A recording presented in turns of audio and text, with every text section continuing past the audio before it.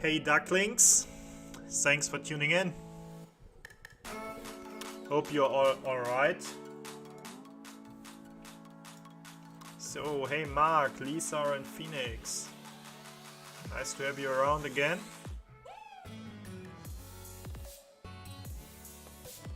So, let's get started. Today we have like 2 topics we want to go through. Hey Romano. The first topic we will go through before the match is the most recent dev news, like the dev notes that they send out frequently. And we will react on it, and I will also like try to give you some advices on how to prepare for the upcoming updates. Since there is like no timeline around that, it's kind of hard to give you like a really good prediction on when these things happen, but considering the fact that they are apparently like planning some sort of bigger update, I guess it will be probably around the end of the year, along this like, you know, formation system and whatever. So I don't want to talk too much nonsense before we get started, so I think we will just go right into it. Hey Davo and hey Morant. Yeah, for example, Mark, that's right. So let's see what we got over here.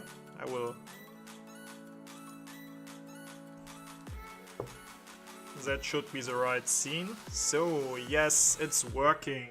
Face-to-face rock developer roundtable recap. So let's see. Greetings, Governor. On the October the 29th, the rock development team invited a number of governors to Shenzhen, do I pronounce that right, for the inaugural developer roundtable. Unlike other offline events, the roundtable aims to create a space for governors to talk with the rock team face to face. Not only to learn more about the new content and pipeline, but also to directly convey their issues and suggestions for the game. During the event, the producer Dahi introduced the new rock content currently under development and had in-depth discussion with the invited governors about a number of issues. Below we've compiled a recap of what was discussed at the Developers Roundtable. If you have anything you would like to add to the conversations, we would love to hear your input. Please note that all our content mentioned during the event is under development and such is subject to change. Please refer only to official announcement for exact update, content, release and dates. So basically what they say is like everything we read now is under construction and like nothing is ready yet, I would say, but we will see some very interesting things over the next few minutes, and I'm really excited to see some of the changes in game, because I think they will add like a lot of variety and like different approaches to change how the meta is currently working.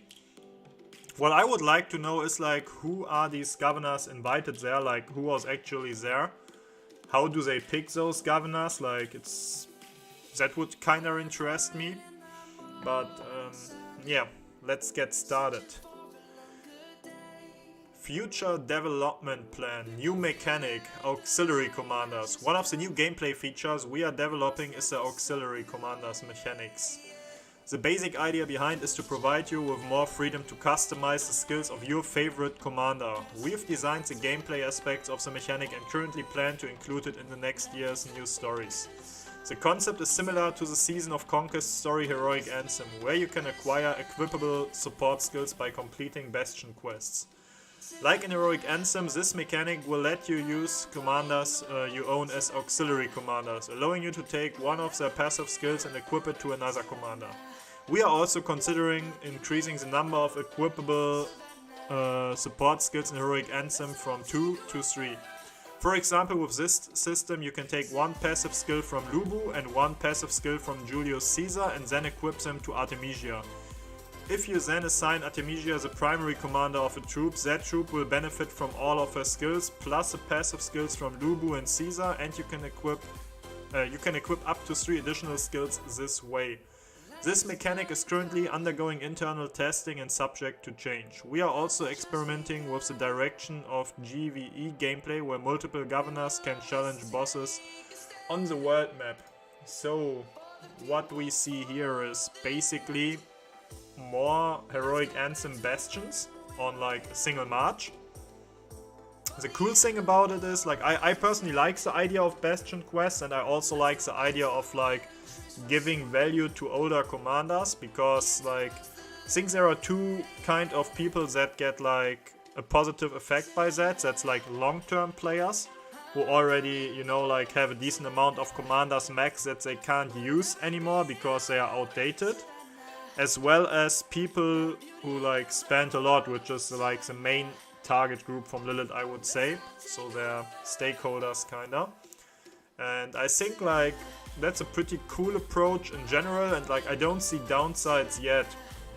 So I would say that's a good thing, and I'm really like looking forward to see that. Also, like, it would give us a chance of, you know, like having some of our older commanders that are just sitting around since a few KVKs being useful again.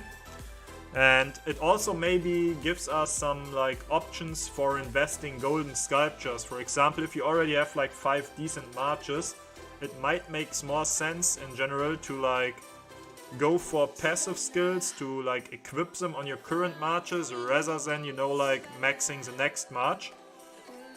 Which is, I think, a kinda cool thing, because it opens up like a new variety of different skills. Like you have to figure out which skills are the others using, how to counter them and stuff like this. That could be quite cool, to be fair. And yeah, like in general, that's a really cool change, and I'm looking forward to see that in game. I don't know how I feel about this governors versus any like bosses on the world thingy. Like I'm splitted on that. I don't think that's what we actually need, but hey, like some new events could be refreshing. I don't want to like complain about that at all. So let's go to the next point. The next point is Ark of Osiris strategy adjustment. The Ark of Osiris event has undergone very few changes since its launch, barring the occasional balance adjustments. The current meta focuses mostly on competing for the Ark, gathering and stronghold combat. In order to enhance the strategic element of Ark of Osiris, we are currently working on the following changes. Adding a new NPC enemy to the center of the map, similar to the boss in Ceroli. Defeating the enemy will grant the victors combat buffs and points. We are also trying to replace the Ark with a new type of stronghold to fight over. Winning a certain number of victories in the battle for this stronghold will summon powerful mercenaries to fight for you, among other effects. In addition, we are considering a Fox system similar to Champions of Olympia in order to make visibility scouting more important and allow for a wider range of tactics. So let's break that down into 3 points. The first point is they want to, or like into 4 points, I would say. The first point is they want to make changes to Ark, which in general is something I would say is cool. Like I think the game mode Ark is really enjoyable. Like it's a lot of fun, like one of the 2 main parts of the game. And having some new mechanics for a mode like this is definitely needed, since it's very repetitive over time.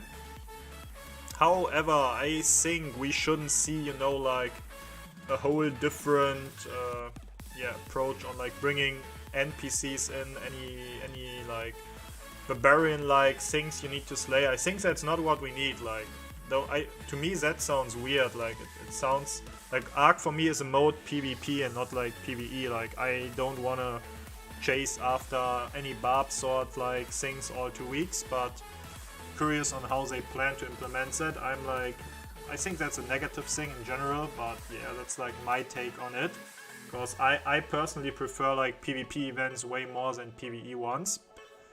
But yeah, we will definitely like keep our eyes open for that.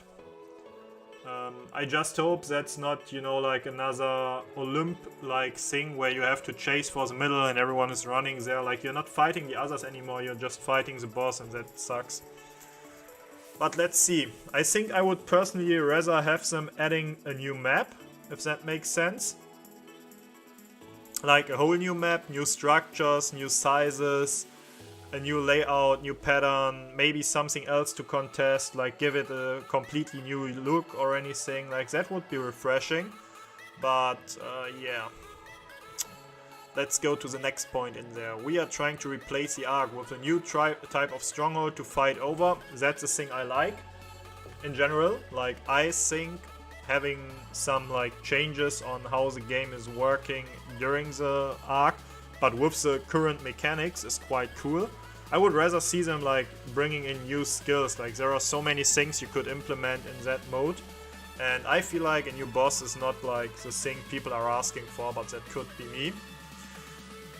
Yeah, the stronghold thingy sounds cool. Like, I don't know about these powerful mercenaries. I think like winning a stronghold fight and getting buffs is more like what I would like to see, but okay.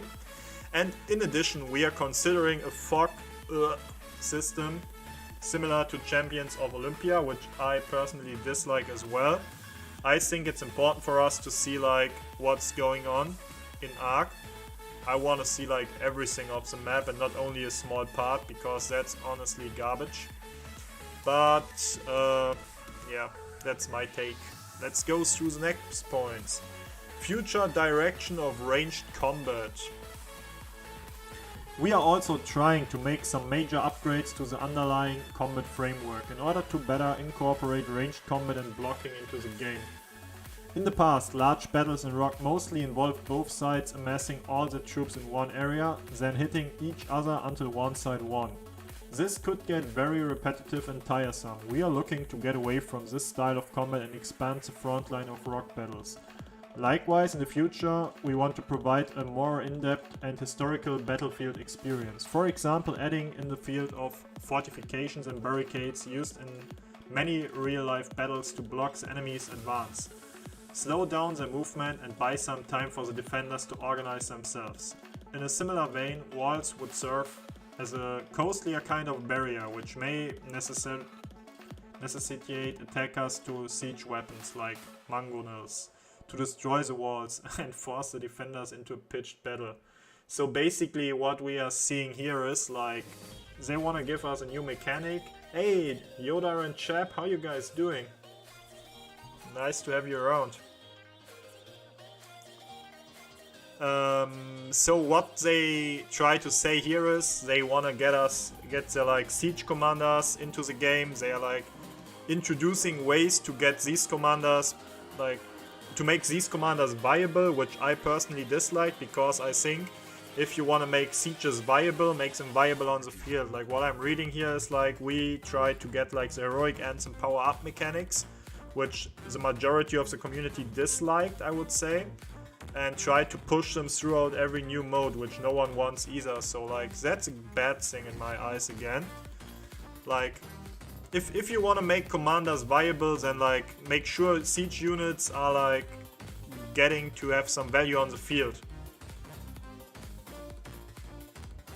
Thanks chap. Yeah, I will try to be like there for the OL match. I hope I can get into the JST one. I'm really like excited and looking forward to watch it. And yes, I'm well, thanks. Thanks, buddy. So, next step. Hero types and updates. We will be making a series of changes to how new commanders are added. Starting with adjusting events. In the Wheel of Fortune event, in addition to the existing leadership type commanders, you will be able to select new ranged commanders. The Mightiest Governor event will remain the same. In that you will be still able to select new leadership commanders. Those new leadership commanders will be always garrison or rally type as well.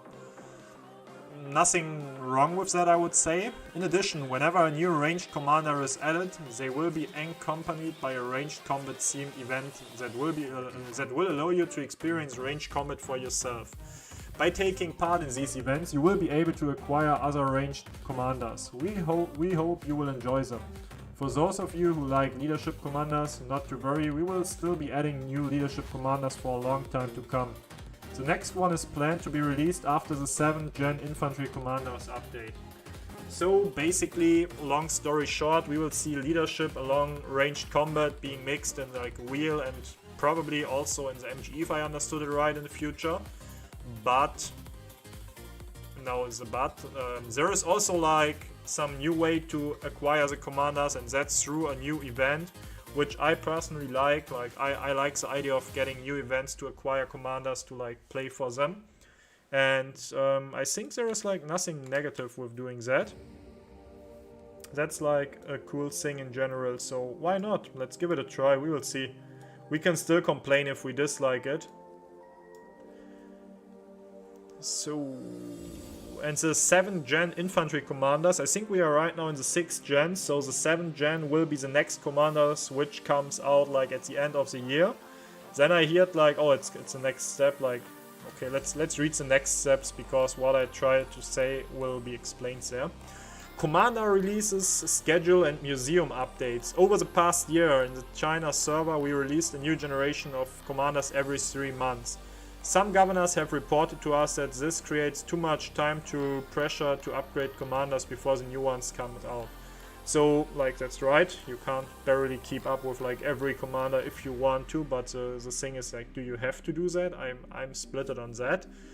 As such, starting from the 6th gen cavalry commander update, we will be extending the interval between new commanders generations to around 7 months. The schedule of commander related events like the Mightiest Governor and Wheel of Fortune will not change, specific to the China server. Also, we will continue to update the museum. The purpose of the museum system has been provided more ways for older commanders to take field. We will be adding the 2nd generation of commanders to the museum. That's great, like, that's great news, guys, because we will see Alex, which is still viable in there. We see Saladin, who is like usable till today. We have Tomirus in there. Like, there are a lot of cool commanders. Edward may get a nice buff to like get viable again. Like, I'm looking forward for that. And like on the commander thingy, I'm not entirely sure. Oh yeah, Khan is also a good one. Wu could be a thing depending on the buff, but she's like far behind the current meta. But yeah, definitely looking forward for that. I think museum is a great thing to give some like value to older commanders and not like make them entirely useless. So considering that we see like this, how was it called, auxiliary commander thingy, and the museum, that are two things I like, because it makes like older commanders in which you've already invested valuable again. It adds some value to like accounts who've played and maintained their accounts for long and, you know, like have all these commanders maxed by now, so that's a good thing. And it's also not, you know, like a spending thing in general. I'm not sure though on how to understand the 7-month cycle. If they talk about new commander generations, do they mean like one generation is infantry, cavalry, archer and leadership? That's what I understood, because then it would barely change anything. But yeah, we will see. We will see, guys. Question and answers on pressing issues. When will the 7th gen infantry commanders come out? How powerful will they be? What are your plans for leadership commanders going forward? The answer: infantry commanders were relatively underpowered in the past few generations due to some balancing issues with earlier commanders. Combining certain powerful commanders with existing powerful commanders could create unexpected and overpowered combinations. We plan on releasing the 7th generation on infantry commanders in the late December or January of the next year at the latest. One will focus on field battles, the other on sieges. Okay. Their strength will be on par with other 7th gen commanders, and we will be more than enough for all your infantry needs. They will be more than enough for all your infantry needs. Okay, so I have to disagree. I think infantry commanders were never underpowered, but that's my take. I think they were always quite decent. Just one commander of season 2 you have. The only one I'm excited about, silly. Yeah, stop being silly, Romano. In the early days of Rock, leadership commanders were high tier, but as the meta shifted to single type troops, the role leadership commanders became less clear. We will be rethinking the role of leadership commanders, most likely in a similar fashion to garrison commanders. We will also continue to add new leadership commanders, blah blah blah. Okay, nothing that matters to us. And obviously in the early beginning, siege is like, or like leadership is valuable, because at this time, yeah, I think so too, chap. Like, otherwise it makes no sense. I would say it's like a rally thingy. Siege makes no sense in that context, you're right. But I think, let me see. I think like they not really see the reason on why leadership commanders are valuable in the beginning. Like when you start the game, you don't have like 1 million units of each type. Like you don't have 1 million cav, 1 million archer, and 1 million, I don't know, infantry. Like you have a few infantries, a few cavs, a few archers. That's when leadership matters, because you can't use like single unit marches. It doesn't work because you don't have these troops. So obviously that's the thing. Yeah, like that's what I mean. Like that's obviously the thing, because like it's stupid what they say. It makes no sense. Of course you have like a leadership usage there, because you simply have to mix commanders. So let's see. I think after that point we make a short break and we tune into the Arc match. Off-season content is boring. Champions of Olympia and Tempest Clash as they are now aren't fun. Can we get more off-season events and activities? I 100% agree on that. Firstly, we are aware of the issues with game modes like Champions of Olympia, the current state of which does not match our intended design. We are considering reworking the gameplay, including changes in the matching system, rewards and other aspects. In addition to reworking old events, we will continue adding new events and activities to get you all through the draft period. So stay tuned for those. Yes, that's nice, I would say. Like, I don't like both modes either. They are very repetitive. No, it's not. Like, it's fun if you play it like once or a few months. Then I could agree, Phoenix, but if you play it like frequently, it's super boring. But I like the mode more than Olympia. Like, if Olympia is the standpoint which we want to compare, then I would agree. But besides that, the game mode itself is too repetitive in my eyes. But opinions were different. Anyway, like, with that being said, we only have 3 minutes until Arc comes up. I will go into the Arc scene and we will keep talking about the remaining points after the match. So let's see. What can we do here? Let's get my tablet over here. Hey Mika, thanks for tuning in. Don't even have it around often, are you trying to change it? Yeah, that's right, like, but I think it was mainly for Olympia. Like, I don't think they will do a lot in this mode. It's like not played frequently. Before you go on a match, please give over King for migrants. That's a good idea, Awaken. I'm proud on you. On you.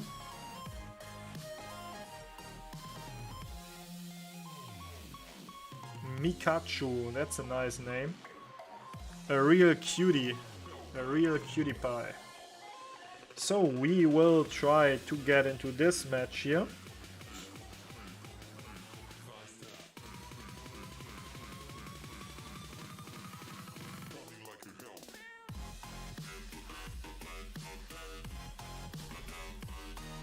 It's too late, Phoenix. King is already passed. Can't do anything for you anymore. So what do you guys think? Who will win? Write it in the chat. You think JST can do it? Or you think OneV will dominate them?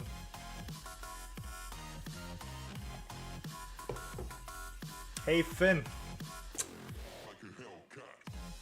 Let's go JST. AX and JST. Not lost, sadly. That's right. I will win. What you will win, Lisa? What you will win? 1V there. I'm cheering for JST too. I'm definitely cheering for them as well. But they will have a hard time against 1V. Like, this is basically the finals. Like, whoever wins this one will also win the finals. 2-0 if you ask me. And here we will see 10-21 winning most likely.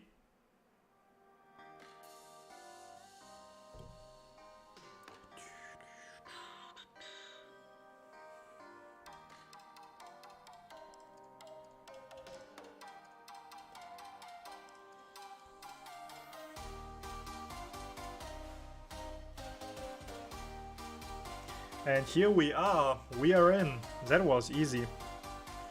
That was smooth. Look at that. We see the people coming in on both sides.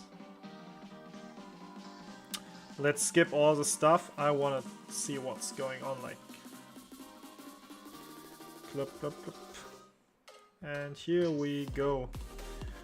So as you can see, like, they have some TP order, like you're seeing they are not like connecting all right at the same time, but like one after another, because you know, like probably the people who are like TPing first are going to the back lines, and the people who are like TPing last going to the front lines, so they save some time throughout the match. That's like pretty standard on this level, I would say. But yeah, let's check the accounts. I mean, they are all monsters. Like, look at all these accounts. An 88 million player. Wow. What's about them? 237, 117. I mean, troops won't be an issue here. Like, they will probably don't even like have to heal. Like, maybe the smaller ones, but like their average player won't have to heal. Shiggy, Squirtle, nice. Piltong 79. See, that will be like the first people to TP, and let's see what's going on over here. JST, Star, So. Sadly, I can't pronounce all these names, so I won't start doing it. I mean, look at those guys. Like, I mean, they took heavy KVK damage, but I'm like cheering for them. I will also get my like stream deck here now, so I can launch the skills. And 21 billion kill points. Jesus Christ. Look at all these monsters.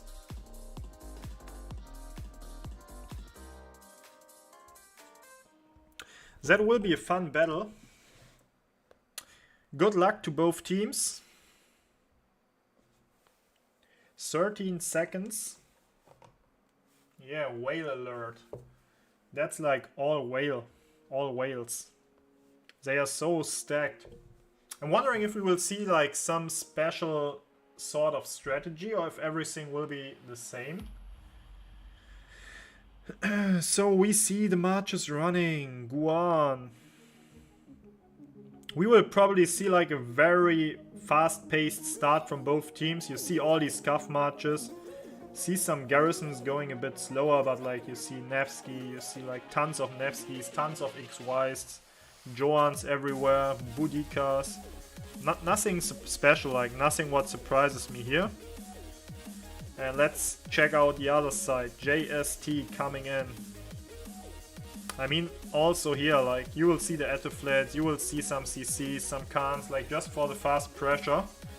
They want to get, like, the first occupations and stuff. JST being a bit faster in the early game. Their two outposts are already taken. 1V a bit behind. Which leads me to the conclusion, JST will also capture the obelisks a bit faster. Most likely, you know, you jump from A to B until you get in. So we will see hard push now. Yep, here it is. Hard push from JST as well as from 1V. JST has the first obelisk occupied. Now 1V probably. Yep, here we go. Here we go. What about the rallies? We see 5 rallies from 1V, and we see like 4 rallies from JST. That's like a pretty standard approach, I would say. So everyone is meanwhile having his obelisk secured. Let's see what's going on the buildings. Like we should see the waves coming in here. Yeah, look at that.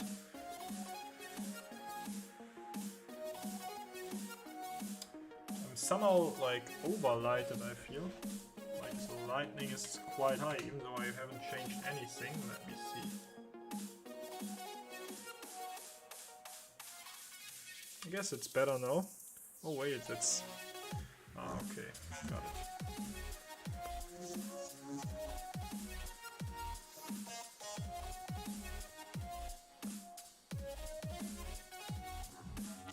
Look how fast they are. I mean, look, there are like 2 minutes left on these buildings, and these guys are already here. They are like, nope, that's our building. Same here, like, look at the approach. Everyone is ready. JST is gathering here, from the looks. They probably tried to sneak the Sky Altar.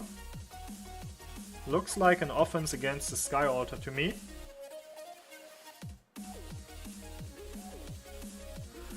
Someone is going for the obelisk.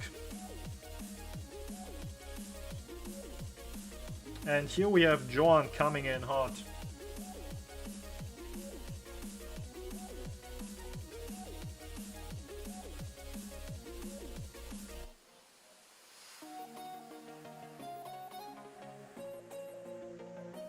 "20 seconds. I don't think this will win, but like, let's see. Maybe it makes them struggle. Maybe they disband and block TPing spots. We will see." Okay, the obelisk will definitely hold. Let's see what's going on here. Look, like, you don't want to be one of the guys getting caught here. You're running home now, like. Bad times, bad times. Let's go to the top lane. Top lane is also looking very contested. Let's see. Oh, see what's happening here. Like, they want that Sky Altar. CCs and Khans. That's very aggressive. Look how aggressive JST is in the approach. Go, guys, go.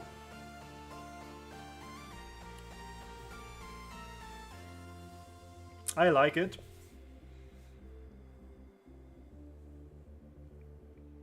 That's a JST we want to see.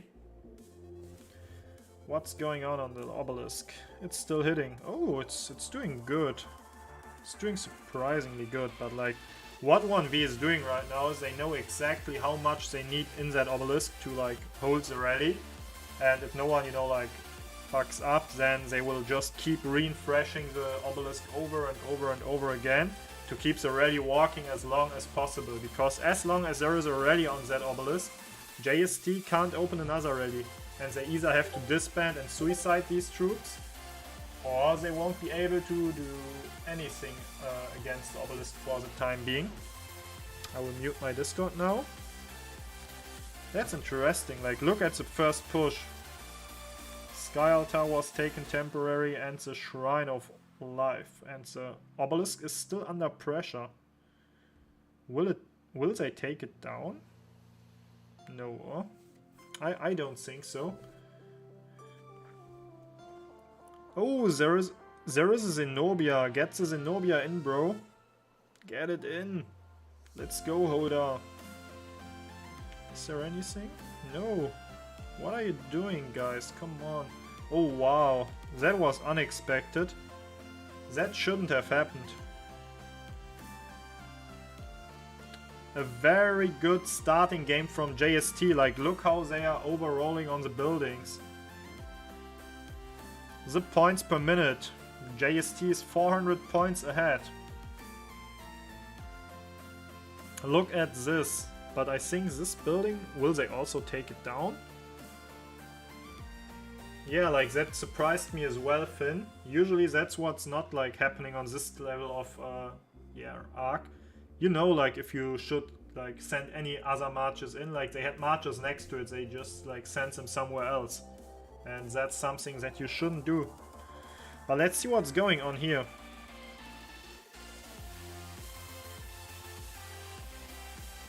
We see an escort rally along like 2 buildings. We see like still JST on the building game advantage. Let's check the middle. JST is probably on the move. 5 minutes, that's their time. Yep, JST is moving. OneV is also coming in. First people are there. Let's see what's going on the lanes. Is there any like... And look, like, everyone is like, okay, these matches, you know, like, they need to refresh them all to bring like full matches for the middle. What is he doing? Bro, Like, you don't need that Caesar here. You don't need it. What's happening here? They are going to the middle by the looks. He might go for the altar. We have rallies coming in from the starting zone. That's probably escort rallies.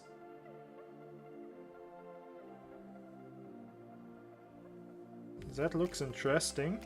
I mean, look at all these rallies. That's interesting. Now what you see here is they kill the marchers at their cities to like come back home faster. JST are monsters. Yes, they definitely are. They definitely are. What wonders me is like, why has JST so many rallies open? Like, what's going on here? Is that like a fake middle? Are they actually, you know, like trying to go for the buildings instead? Or are they like, okay, we can do both? It's like, I'm surprised. As you can see, oh, JST gets a rally on the obelisk as well.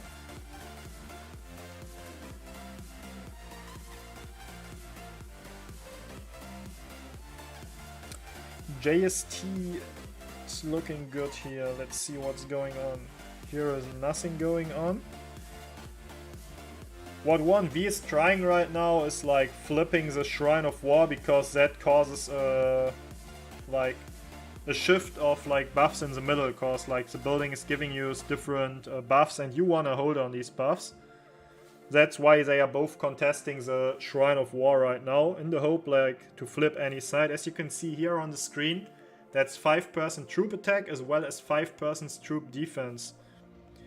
If I'm not mistaken, the sides should be pretty equal in the middle though, skills wise, because like both have only used hard push so far. So with that being said, from like a skill points perspective, they should be pretty even. On the buildings, you can see the building game is like equaled up. Both sides are holding on their buildings. Both sides have their buildings ticking for them. No building is, yeah, in a state where it's not generating points. So both are like at 590, and they are probably focusing on the middle now.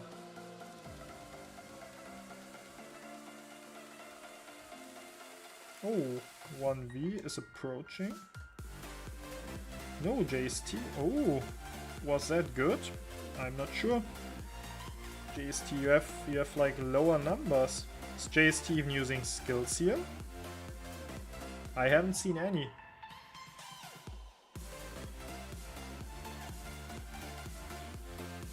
Wow, that's crazy. But what they did wasn't that smart. Like, they got themselves into a position where they are outnumbered. But that might lead me to the conclusion that this middle wasn't supposed to be a middle push. Let's see what's going on the sides. Like, that's fishy.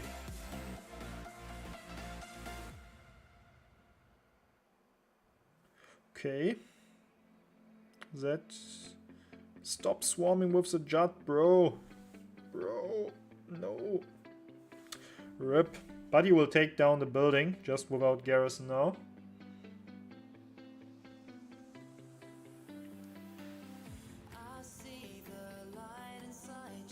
That's not looking good for JST in the middle.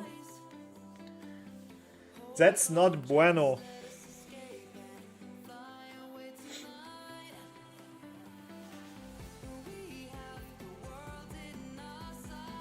And what? Oh no. Oh no. The point disruption is also not big. We are talking about 80 points per minute. That's, you know, like not worth the sacrifice of an arc. But JST has already said, okay guys, let's go. The middle is lost. We are going for the buildings. The problem now is that OneV will come from the middle and, like, you know, come from the backline basically for the Shrine of War and the Desert Altar. So they need to pay attention that they don't get picked off guard. What surprises me is JST is still not using skills, or? They have used no skill.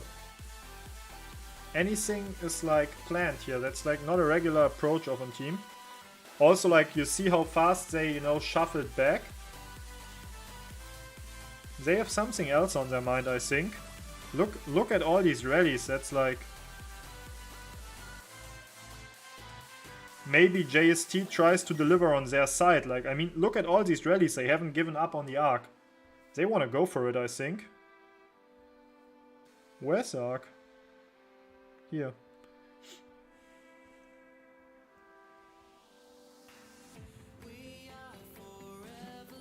It's really weird. It's really weird. Where are all those rallies disbanding? Can anyone tell me? I would have expected them somewhere here, but that's not the case.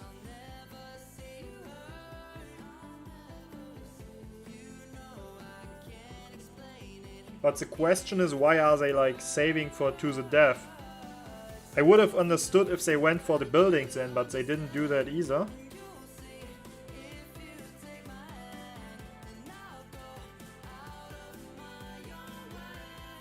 Here we have some, okay.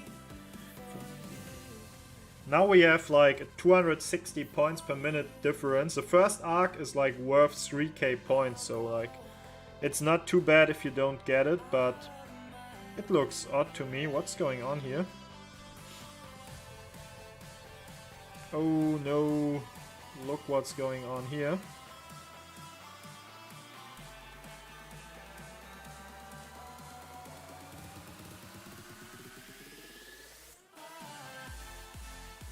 He's chasing farmers, GG's. Xoxo and Zangbot coming back home to secure the altar. Right now that's nice, like these marches won't be successful. Heavy pressure on that altar. JST has 2 more skill points than OneV. Where is the arc? The arc is dropped here, okay. What's the Zenobia doing here? That's weird too. But are we generating points here in 24 seconds? Chap, enlighten us, what's going on here? Like, what was the idea on the middle, you know that? I can't tell.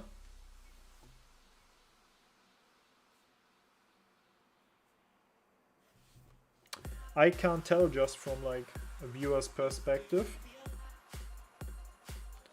But JST obviously is feeling very comfortable on the buildings game. Like, look what they are doing. Like, they hold the biggest part of the map. Let's see the points game. Which buildings are ticking? The altar now is also ticking for JST. Means JST has 3 altars, which leads to a point like disruption of over 400 points per minute. They are kind of forcing OneV to deliver that arc.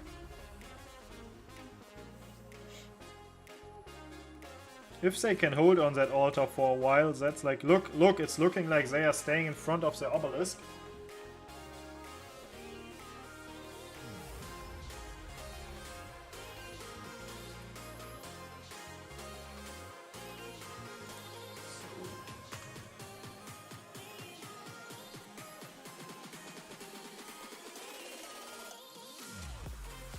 I think losing arc was planned to have some marches in the altar part.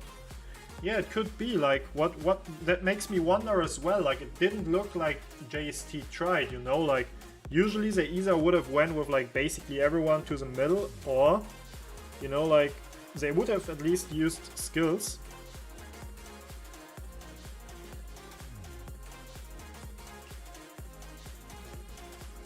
So here we see a 220 points difference per minute.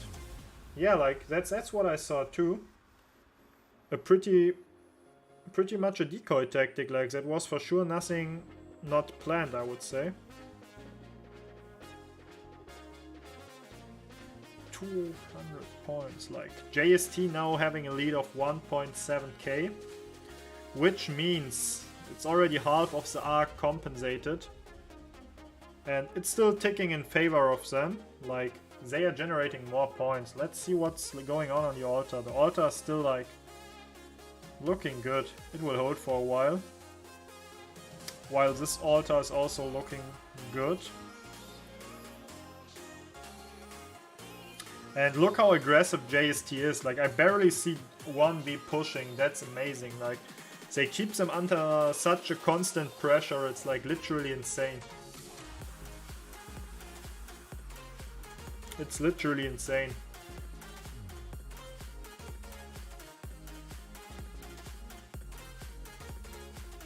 I mean, like, look at the open field. Like, you have to understand, like, that's not JST's building. Like, it's on OneV's side. Like, they can walk from here, and JST has massive numbers. And I'm wondering what they are doing here. Like, once again, they are not going for the buildings. They are probably just waiting for the rally to arrive, and they are distracting the field. Like, they are melting everything on the field right now. Some people went back, probably like some dedicated marchers with like debuffs and buffs, as well as the fitting equipment to add like the maximum amount of stacks on that building. Maybe. Let's see what's happening now. The rally is sitting, the field is still like very splitted. JST starts swarming, I would say. There comes another rally. Where is this one going to? To a city. That's like a reinforcement rally, I would say. Let's see, will he disband? Oh, I think they will disband here and, you know, like start going for the reinforcements.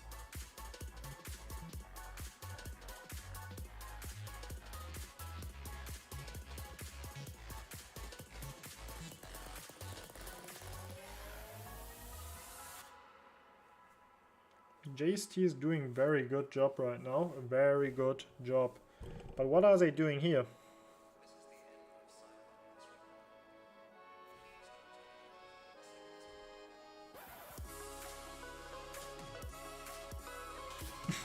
Is that planned? Did anyone forgot he had to cancel? What's that? That wasn't good.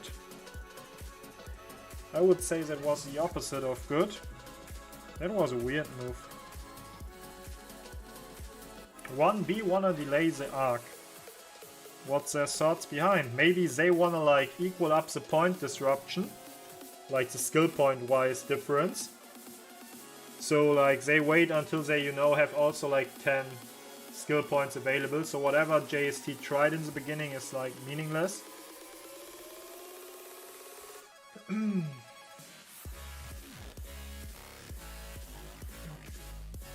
These fights are somehow weird. What's smart fin? Enlighten us. I haven't understood that strategy yet.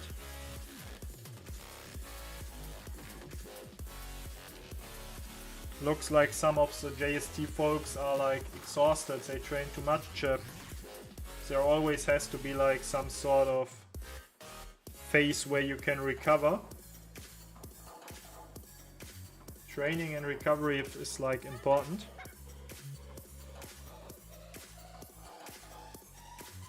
Field is getting cleared here, Altar will stay strong. JST is still putting pressure here, but that building is about to go down, I guess. It's not looking like JST has enough people coming here. And oh, the arc is delivered. Technically they can't afford to, you know, like lose buildings right now.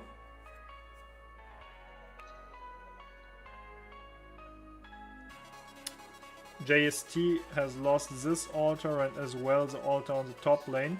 So OneV right now holding 4 altars.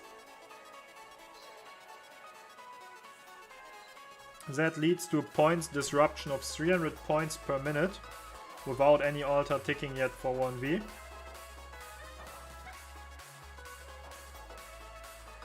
Let's see what's going on. They are chasing the marches. Like what they are doing right now is hoping that people don't pay attention to the marches. And you know, they can like easily smash them. Like for example, if you're just straight walking to your march and then you're going on the other side of the map because you have a march here as well, and you're not paying attention, then you run like straight into the murder ball, and that's what they want to do. That's easy kills. Like It doesn't matter that they get, you know, a few more kills, but you have to like refresh your march again. See, like that's what you don't want to do. But he's like, nope, I will take that building. Those marches can't do anything. Other building is already taken back. JST is already on the walk to the middle. They are very early this time.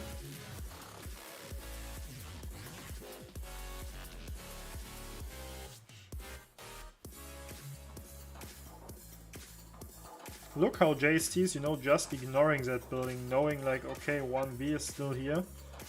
But as long as they are here with low HP marches, they can't be in the middle. Like 1V has to retreat their marches. Maybe that's like the idea. I don't know if they have done like any sort of quick mat that we don't understand. I agree, chap, but JST is not a lightweight on mid as well. Like, they do amazing on middle. I just don't get what's going on here. Like, why is no one going for that? Like, what's the idea? And you see, that's what I said before. Like, look at that. Everyone is just like, nope, we will kill our marches. We have to be back for middle. You see, like a single march, a half full march is nearly taking the building alone. And if you see, JST is like not rallying a lot. They are just bringing everyone to middle right now. Basically everyone.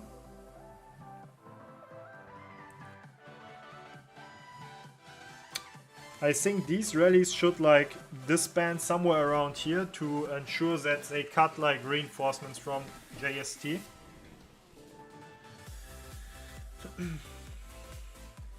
But that's unfortunate, bro. Like you don't want these buildings ticking against you. It's like your own building.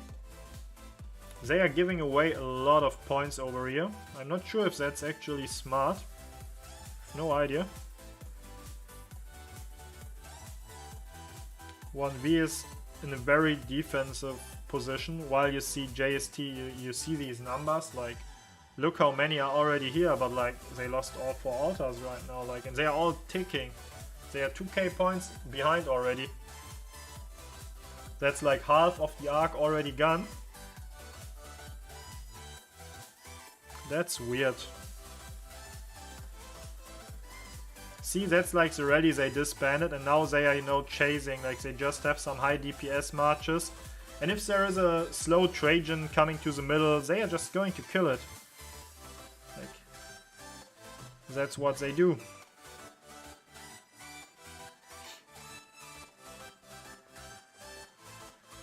And this Trajan is already yellow. Look.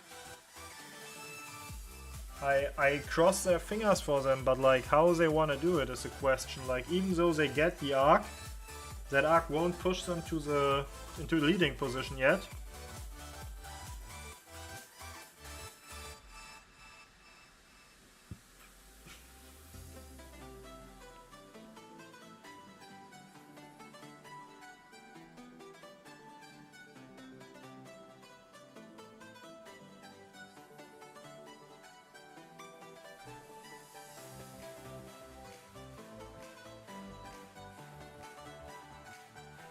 A very offensive, like, gathering point from JST once again. See, and that's what I mean, like, look at these marches, they are basically worthless when they arrive here.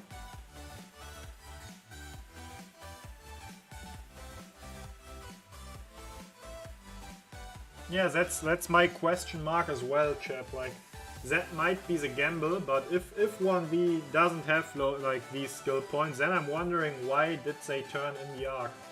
Makes no sense. It's not logical. Wait, what? Okay.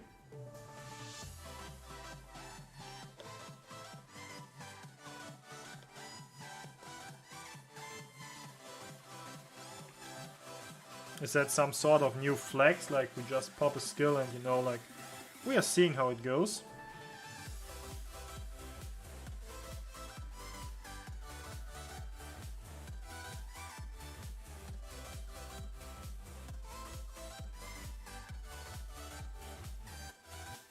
Well, I mean, the skill is like running for a while, so it's not a big deal. It's like 2 minutes, I think, so they have more than enough time, but I still don't get the idea, and I don't like it. Or they are both like full of skill points right now.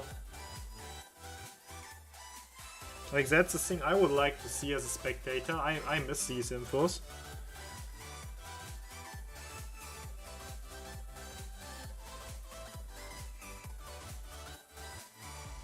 Oh no, don't sleep, guys. Don't sleep. That's so weird. Like, what's going on here? The building's still ticking for for 1V.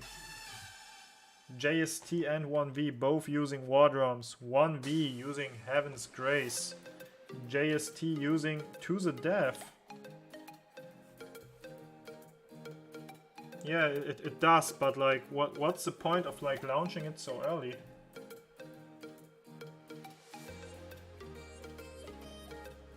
Oh no, JST on the way home. That's not looking good in middle. That's definitely not looking good.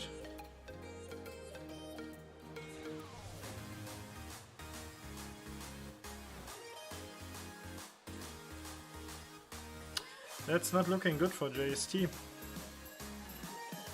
I hope. Oh, finally the field gets cleared as well on the red side. That's still such a close arc. Who will pick it first? Is it this one? It is. Guys, take it down. Come on, JST.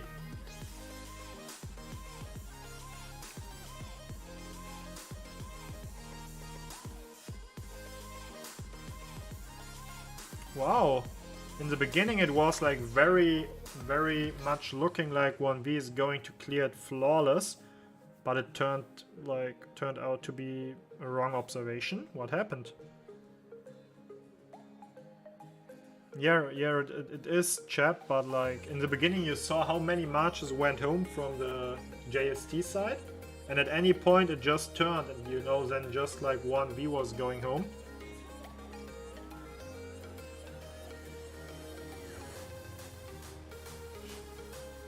Crazy, GG JST, but as I've noticed, like, look at the points difference. Even though JST scores this arc, they are behind on points. And JST needs to be fast now. They need to deliver the arc, and they have to, you know, like, go high pressure on the buildings now. They need to like switch their game entirely right now.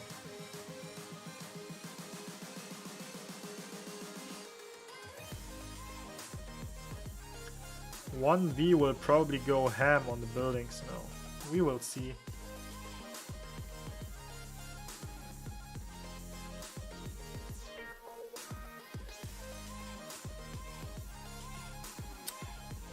Very well played from JST, can't say anything different. Just insanely well played.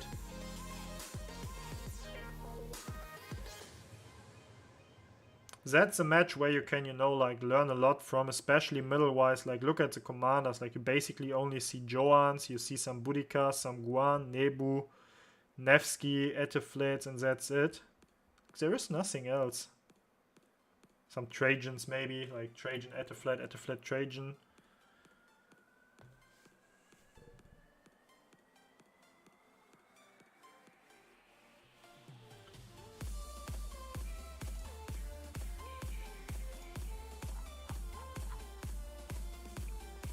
JST coming home to like garrison their buildings. What's going on here?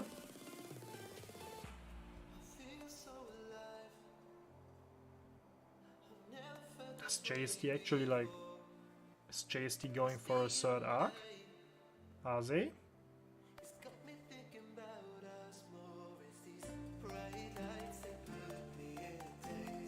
That's weird. What's going on there? But yeah, now back to buildings. Like, I expected JST to slow down on the arcs and, you know, like focus on the building game now. But it's not looking like that's what they plan to do. I mean.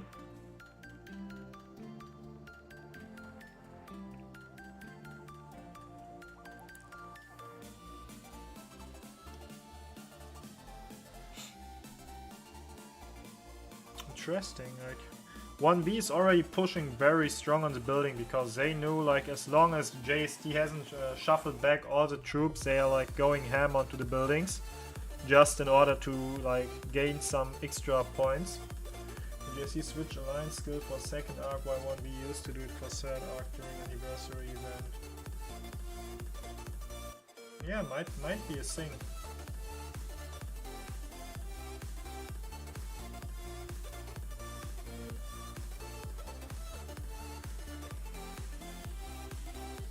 Oh no, like look at the buildings, guys. What's going on, JST?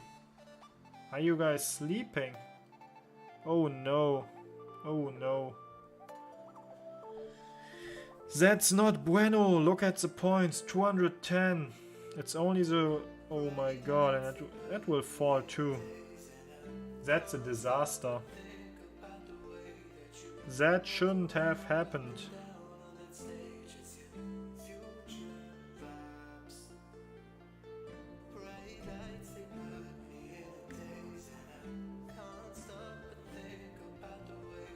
Yeah, but like that shouldn't happen. Like then the trick is to like pull back in time.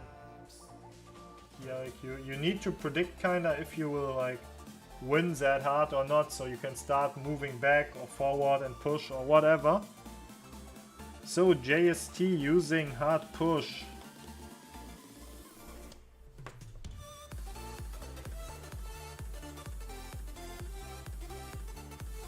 That makes me sad. Let's go, guys. Get your buildings back.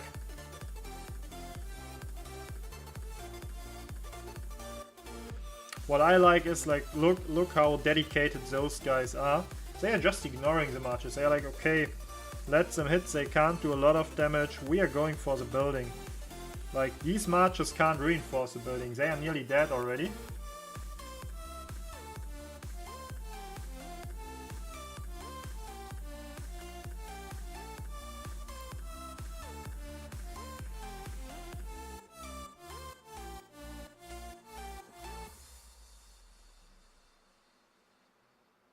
JST is going ham on the enemy's sky altar.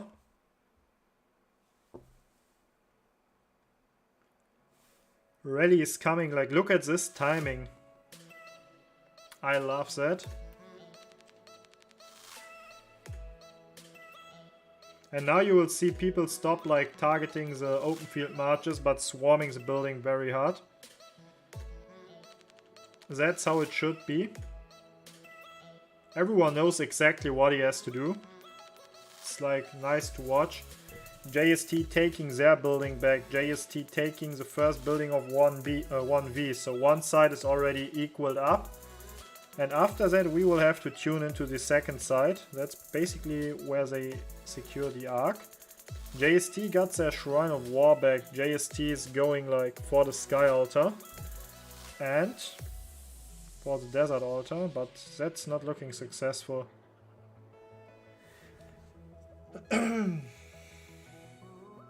I agree, Morant, we saw that often, but I wouldn't say that's like normal. Like, I think it should be like, if you notice you're in a position where you're already steamrolling, you need to, you know, like change your game faster and go to like a more defense position again. Because like you don't gain much if you lose all of your buildings at the same time. It's basically like throwing away half of the gained points.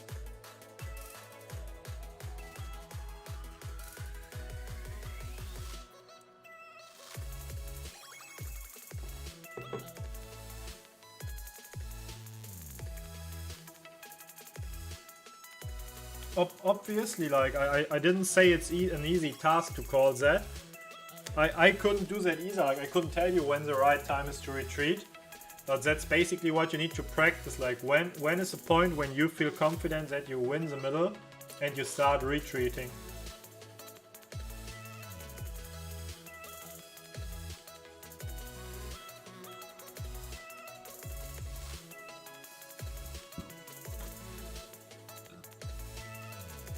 Here you see some Caesars.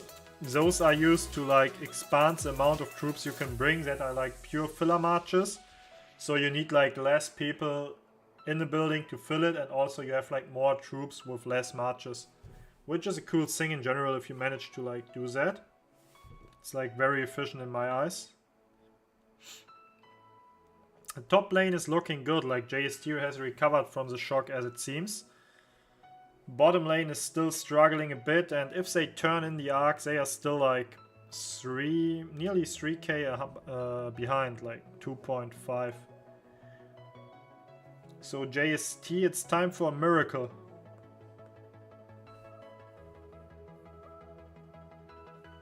But JST using hard push is kind of a sign for me that they are maybe not going for a last arc. Or trying to avoid it?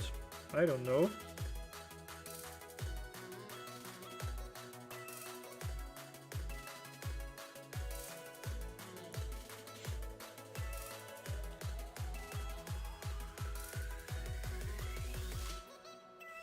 Top lane of JST is smashing, like what happened here? They are like dominating that area. Well played. Even a garrison in, very nice. What's going on here? The arc is ticking, okay. What's going on the farmers? Let's see. Let's see who's farming. 1, 2, 3.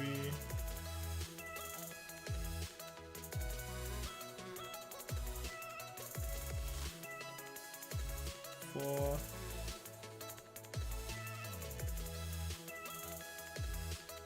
5. 1.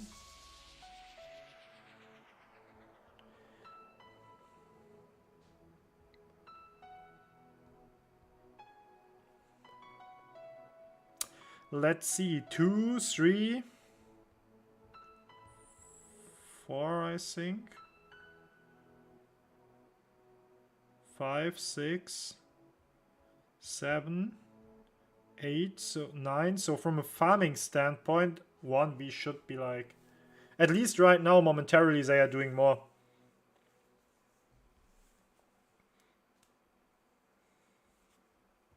JST about to catch some points up.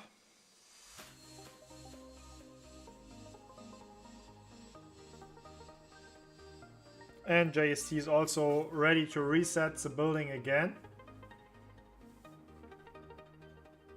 The map is like equal up, but not all the buildings are generating points. 1V is missing on a shrine and an altar, as well as one outpost, and like for JST it's like the last outpost, who will start generating points in a second again. So it's 590 for JST against 300 for 1V. That's like a 300 points per minute roughly lead for JST to catch up. But, and here comes the but, they are still behind. Like this arc that they are securing right here is worth 3.5k. So if you add that up, we are only at 23k to nearly 25k.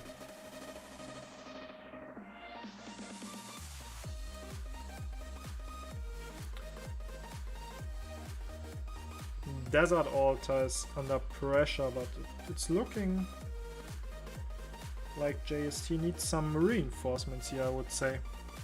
They are probably going for the Sky Altar on the outside lane. That push is looking solid. And Nebu rally. Nebu and probably Henry.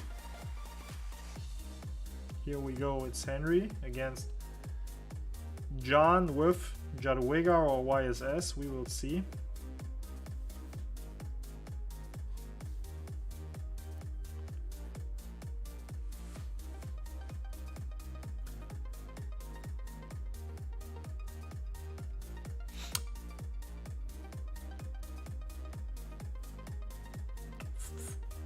OneV uses hard push.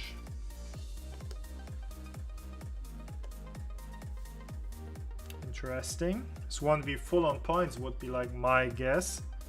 Cause like there will be an arc in 3 minutes, 8 minutes, wait, that's 11. Oh, that will be like tough. Like it will be very tough. And 1V still has like to the death in their pocket, right?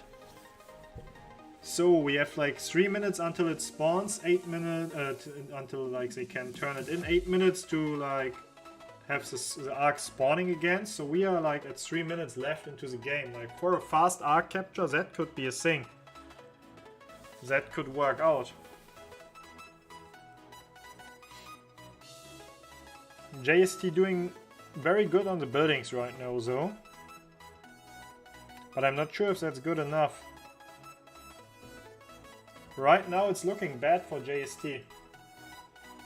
Well, what means mistake? Like the question you need to answer first is like, would they be able to like win the next arc? And if the answer is yes, potentially, yes, then they do a mistake because they don't generate enough points right now. Like I mean, it's not like you have a choice right now. Like the only way to win that one is by either like dominating on the buildings or dominating on the middle or like being equal on both. But right now the problem is you get like 500 points more for like the second arc. Yeah, that's what I thought as well, chaps. It was wondering me, and but 1V did it as well. Like 1V used hard push too. The main problem is they won't have enough points, like by how they play their building games right now. I mean, they are still leading, which is good, but, and here comes the but again, it's not good enough. Like you need a bigger difference, and now they are even like in a disadvantage point wise per minute. So they definitely need to do something about it.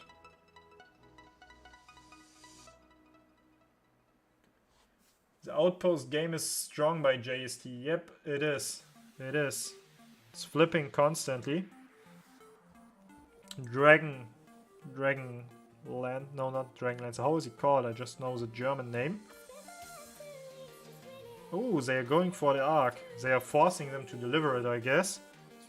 The problem here is if they drop the arc carrier and the arc carrier, like they have to pick up the arc again. That could be a problem, like a big problem. Because if like you're not able to pick up the arc and deliver it again, boom, the arc is gone. I saw that happening already. And that's a disaster, like both altars flipped again against JST. And they are still holding on it, like what's the idea? Come on guys, like what are you doing here?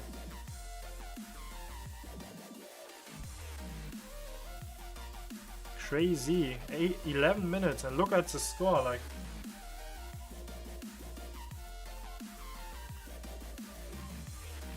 yeah, but like what's the play? Like why did they wait till now? Like what makes them confident in that being the right decision?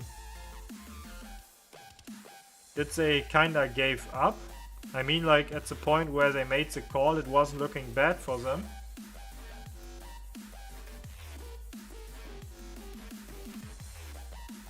I don't see like a crazy amount of farmers either, so what makes JST confident that holding the arc for so long was a good idea?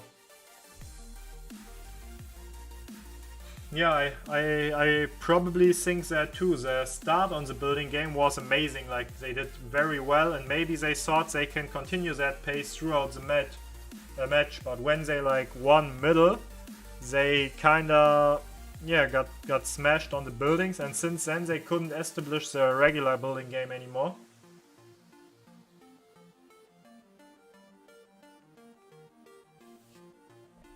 It still feels weird because there was for me like no reason to keep that arc. I mean, I hope I'm wrong, but I don't think so. I think that was a mistake.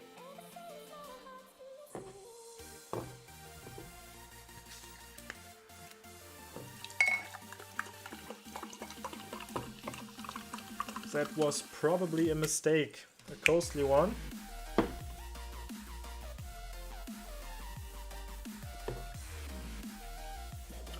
So at least JST took the Sky Altar.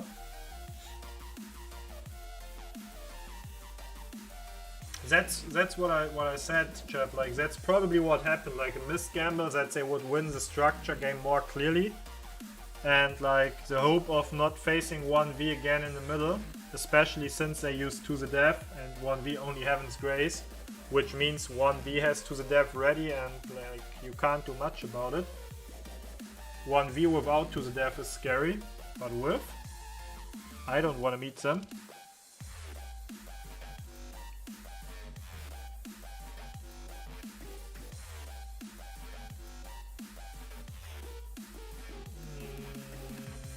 You can, like, it's possible, but very hard. Like, you put yourself in a disadvantage at the moment where you launch To The Death and the other side hasn't. You have a problem. Or, wait, what if, like, JST hasn't used any skill points either for a while? Oops. Maybe, only maybe, they have a gamble for, like, the last arc. Like fast capture or anything, speed skills. What have we seen so far? We have seen War Drums, we have seen Mystical Formation, To The Death, and Hard Push. We have still 2 unknown skills. We haven't seen Insatiable Desire.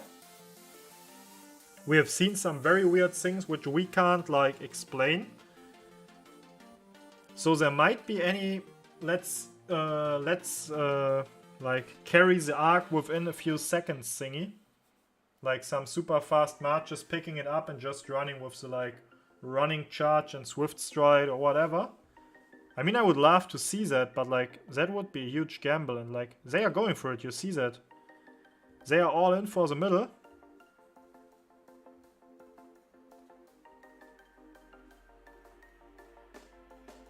The middle against 1V with To The Death.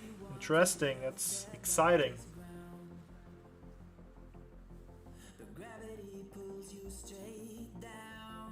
So we need to cross our fingers now that JST has something brilliant going on. Because if not, that's it. GG. The winner of that arc probably takes it all.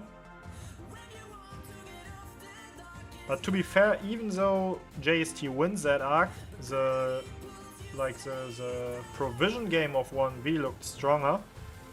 That might be an issue too. Like, let's see while they are gathering at this point what their farmers are doing. Farmers are retreated by the looks. 1V is like going all in. Everyone has to go to middle. Everyone has to secure it. Yep, see, the farmers are getting home. They get retreated.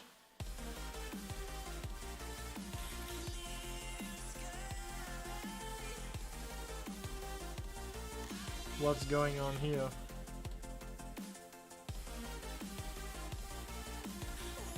I see 1 farmer, 2,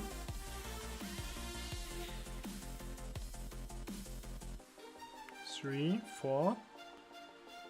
That's a good thing. That's a good thing for JST, if they manage to pull that arc somehow.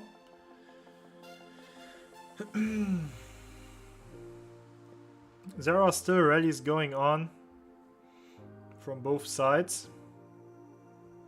There is still a big pressure on the desert altar coming in.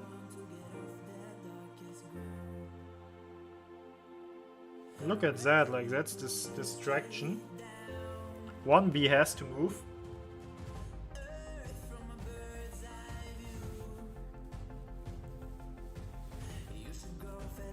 I have the feeling that's gonna be exciting. What's that again? Come on, guys. Mystical Formation for 1V. Again, very early. That was expected. Wait, what? Did that happen? Did I see that right?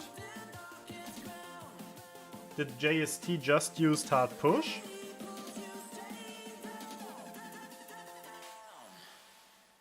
What?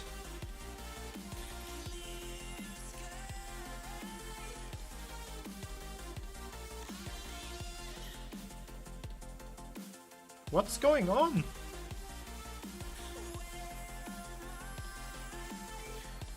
What's going on? What are we seeing here?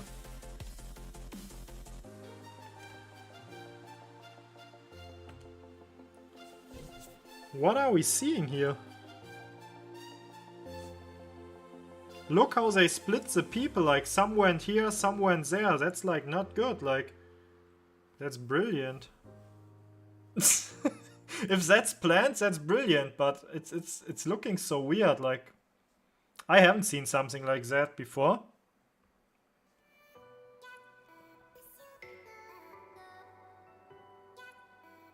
But like everyone was aware of what's going on the JST side, which is what confuses me.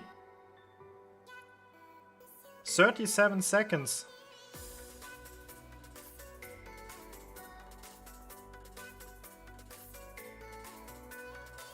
JST taking the buildings, like look at the map.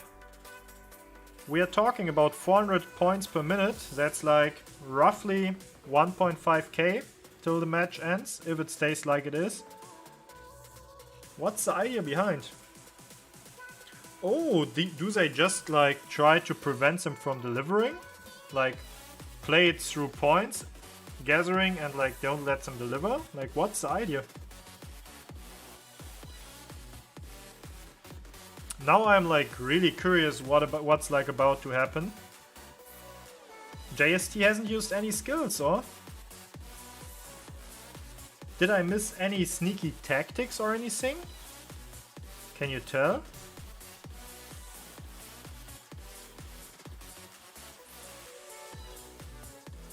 JST Swift Stride, but where? We see Swift Stride here, we see Insatiable Desire on the 1V side.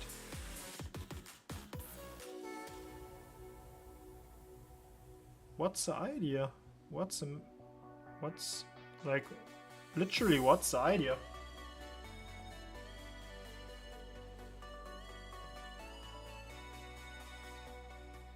Where's it happening, like?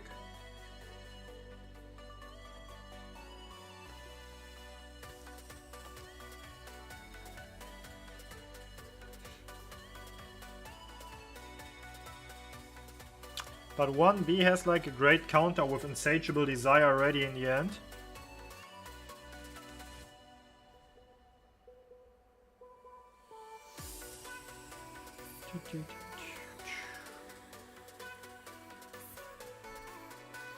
Interesting. I mean, you could be right, chap. Maybe that's the thing, but like, wasn't it pretty obvious that like this won't work out?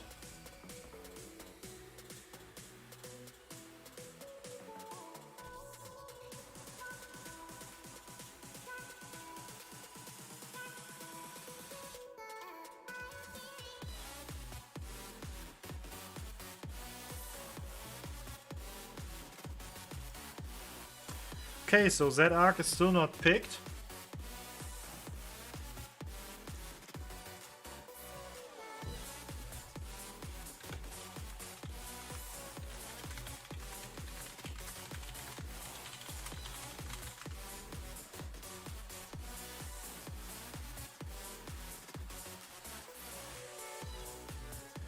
So, damn, what's going on here? Like, he won't be able to deliver, like, if that was the idea, it's pretty cool, but now it's just, you know, like, points per minute doesn't matter anymore. Now it's about the farmers, like, who has the better farmers coming home?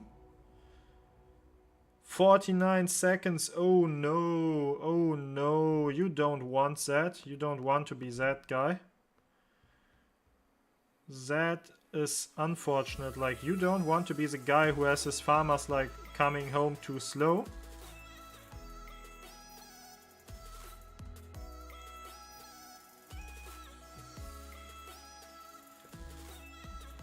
Yeah, I don't see the farmer sadly changing anything either. Very sad, very sad. 8 seconds, 1.5k. Wait, what's going on? No. Bro, that was victory. Victory for 1V. Let's go through everything. So we see both sides getting one arc. we see JST slightly losing on the occupation score, while the provisioning for both teams was like basically on the same level. Kills 82 to 87 million. Severely wounded, obviously the same, just shuffled. Unit sealed 31 million to 6.2, which is both like a lot. And with that being said, GG to JST and OneV. Congratulations to OneV for passing. What a nice match to watch. I need to check one thing shortly out. Give me a moment.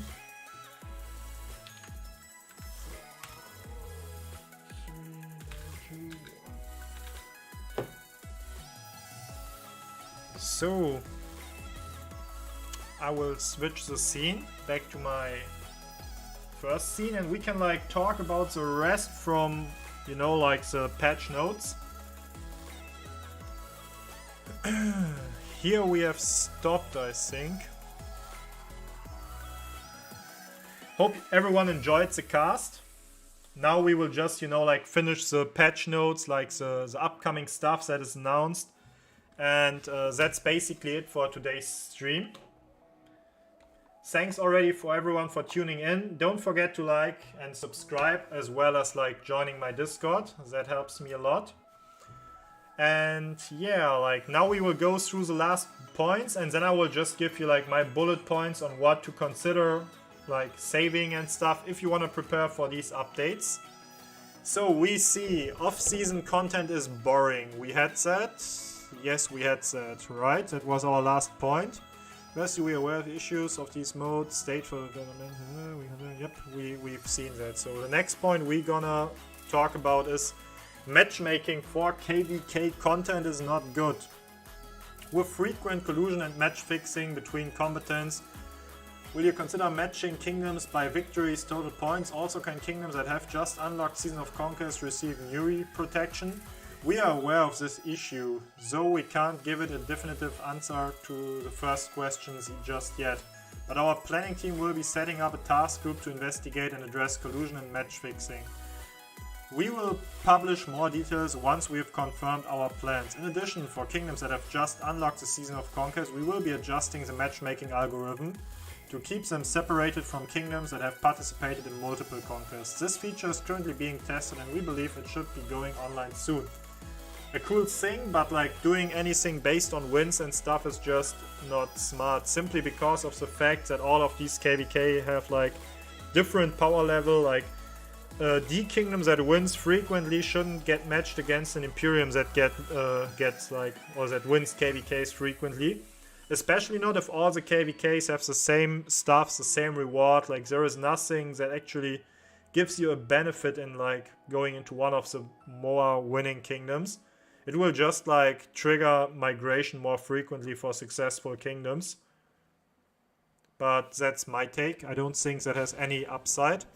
I think also like doing it based on kills and everything is kinda dumb, just because of the fact if you do, kingdoms who are like vetting people and they are like sorting out dead weights, they get basically punished for it. So a big no from my side. I think that's a bad thing. Just keep it as it is. The fortress stacking tactics. An example, when an alliance built multiple forts around a choke point is overpowered, will you consider changing how the mechanic works? We have discussed modifying this mechanic, but in the process of doing so have found that changing this may be more complicated than we expected. As such, we can't definitely say we will be rolling out this change at a certain time, but if we plan on making the change, we will be sure to let the community know. Yeah, I would like to see anything about it, but I think there are not many things you can actually implement that would help fixing that issue, besides reducing the fort's capacity to 2 million or anything.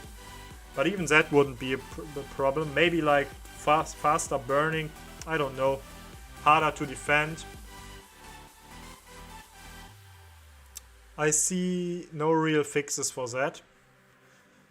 In KVK gameplay, non-combat alliances tend to have a worse experience. What will you do to make them feel more involved?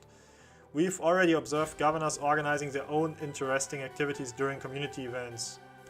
We are also considering adding large-scale online events that will require the participation of all alliances to encourage non-combatant alliances to participate in inter-alliance activities. Ooh, what's that? Block it on the chat. Remove hide on this channel by... So that guy is gone. Well, I wouldn't do any mechanics for non-combat alliances. Like, if anyone just wanna, you know, like, play and farm, he can do that, but you don't need to fix anything for it. Just let them do whatever they want, they won't change anyway. So, will there be more game merge, like figures, alliance and player customized gifts, and so on? Yes, more merge is part of our current production plan. We plan on adding more figures, models of commander sculptures, like stuff like this, city skins, I think, and some other merch. Yeah, that's okay, like whoever wanna buy that, it's cool, like nothing wrong with doing that. There is constantly new KVK content coming out, but older events like Ark of Osiris basically haven't changed. Since you have all the new game mechanics, will you ever add them to older events? Yes, we are considering it, and we believe that adding new mechanics to older events may breathe new life into them. For example, with Ark of Osiris, we may consider adding mechanics like capture multiple strongholds to earn buffs to enhance the strategic elements of the event. That's what I like, that's what I mentioned earlier, that would be something I like, but please don't make it PvE, no one wanna see that, no one wanna play that. Sometimes when your city is being attacked by a rallied army, even if the power of your garrison far outstrips the power of the rallied army, your city takes a ton of damage, clearly way more than it should. Will this be fixed? Sounds like a whale crying to me. When defending a city, there is no limit to how much normal counterattack damage each side can inflict in a round. This limit is designed to make the sieges more balanced. So basically, long story short, don't complain, like it's normal. You have like different types of troops. Mixed troops commanders aren't as powerful as single unit ones, and your city furthermore like gets more damage. If you don't want that, how about like not getting rallied at all, or I don't know. Looks odd to me. Looks odd to me. Implementing a new garrison type commander and equipment. I don't know if that's needed, but yeah, whatever I guess. Will be not relevant for the majority of players.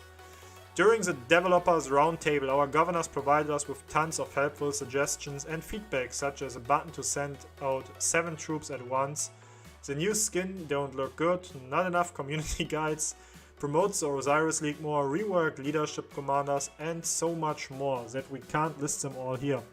We will be carefully considering all the suggestions we have received at the event, and some of them will likely be incorporated into the game in the future.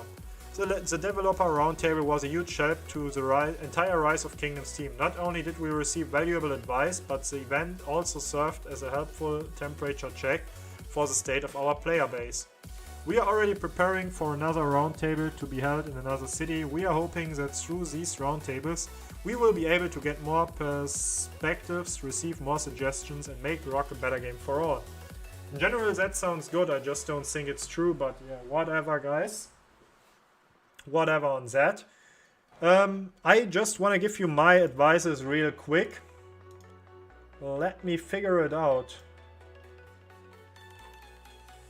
I made some notes somewhere, and if I find the notes I can share them with you. So basically the sum up or the recap of the current patch notes and also like the latest update is: save some gems for the state forum. That's like probably crucial. I've already mentioned that a few times, so please listen, you will not regret. If you feel like the auxiliary commanders and the other stuff is coming into the game soon, that's like the gamble you personally need to decide for yourself. You should consider stacking up heads, because the return on invest of having passive skills ready to equip might be higher than maxing a new commander. you should start saving up some relic coins and exhibit coins for the Museum Commanders Season 2. I mean, we are all doing that passively. Maybe you want to grind a bit more if you notice you haven't done that much, but yeah, I think overall we all should have access to like all the stuff we need for the commanders, for the Museum Commanders. And maybe if there is new equip, save some gear if you're like not urgently working on anything and you're not a garrison leader and you already have like 5 really solid marches or 7 or whatever. Then it might be time to save some like materials rather than, you know, like just pushing one equipment after another. And like that's basically it. Like that are my advices. That's everything I tried to say about these upcoming updates. And with that being said, I want to end that stream unless anyone has questions regarding the last said things. If not, I want to thank everyone for like tuning in. It was a pleasure to cast these matches. Since I'm kind of tired, I won't do another cast in an hour. So just check out, there are many other YouTubers streaming the matches. Pick one of them and let's see there. Thanks for joining, Ducklings. See you on the next time. Bye bye.